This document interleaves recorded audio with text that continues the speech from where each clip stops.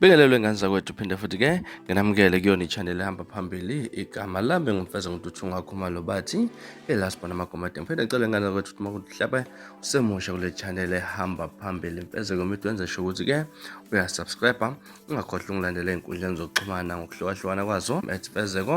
elasibona amagomade ku-Facebook bese kuyangilandela ku-TikTok @mfezeko media nganza kwethu ke umculo amaskandi umayogada usale eshaqekile uza ngemuva kokusabalala kwezindaba zokwembesa komsakazo Ukhozi FM ubengelela uMampanza kuzokhumbula ukuthi ke ubengelela waziwa kakhulu laphana ngokuthi ke uyisithanda sikamayogada ke kanjalo laphana nje ukudlala ababana nakho laphana enkundleni zokuxhumana ukuthi ke kube khona ithombe ezifakwe enkundleni zokuxhumana bendawonye nokwashiya abantu abaningi badidekile bangazi ukuthi ngabe ngempela lezi ndaba ziliqiniso na okanye push content enkundleni zokuxhumana nganza kwethu kodwa ke umayogada impela uhlezi zakalisa ke ukwakho ukuzithandela ubengelela Mpanza esho nokusho ukuthi ke usahlanganisa laphana ufuna ukuthi ovela kubo kwaMpanza ke laphana nganza kwethu ubengelela bese post la kade shuthe khona nomyeni wakhe ubonakala ukuthi khona into kade yenziwe ubhala ukuthi ubonga nje uthanda ukufamily yakhe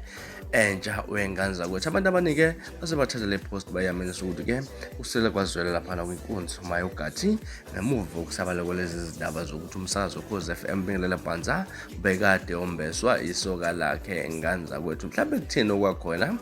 ukuphawula ngalolu daba ake sihlala comment section ke ngizothi ulithini lwakho uvo ngalolu daba ngiyela sibone nganza kwethu ke sengiphuma njena kodwa ngiyathembisa ukuthi ngiyabuya futhi nezindaba ezilandelakho